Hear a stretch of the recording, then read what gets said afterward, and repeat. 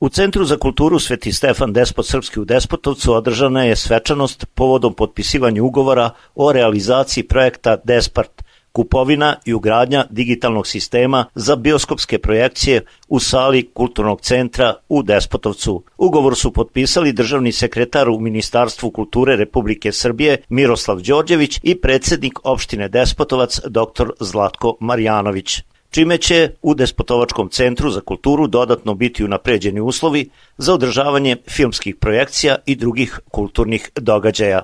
Čast i zadovoljstvo mi je da na današnji dan, kada je i dan opštine Despotovac, da u ime Ministarstva kulture i u ime ministra Nikole Selakovića potpišemo ovaj ugovor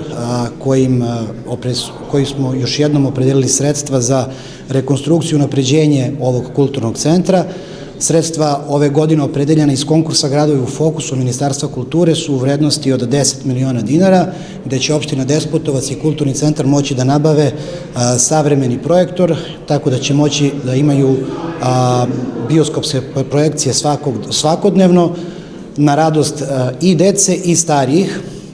Takođe moram da skrenem pažnju da je Ministarstvo kulture u prethodnih godina samo od 2022. do danas u ovaj kulturni centar uložilo blizu 70 miliona dinara. Takođe, ne možemo da zaboravimo i da je Ministarstvo kulture kroz svoj sektor nasleđa prošle godine za naš manastir, a i manastir samog Despotovca, Manasiju, uložilo blizu 90 miliona. I još jednom da se zahvalim predsedniku opštine što se revnosno javlja na konkurs i što uvek ispoštuje sve što se dogovorimo i evo obećavam da ćemo nastaviti ovu saradnju u ulaganju u kulturi samog Despotovca. Još jednom hvala na pozivu i nadam se daljoj saradnji. Uvaženi gospodine Đorđeviću, još jednom se zahvaljujem u ime građana opštine Despotovac i mogu da vam kažem da ste nam ulepšali ovaj dan. Vi ste ovde povodom dana opštine Despotovac i malo pre smo završili potpisivanje ovog ugovora na radost svih Despotovčana i na radost onih najmlađih. Mi već duže vreme sarađujemo, kao što ste rekli, kroz projekte Gradove u fokusu i nadajte se da ćemo još samo jednom sledeće godine aplicirati za ozvučenje ove sale i nadam se da ćemo i tad ispuniti sve uslove.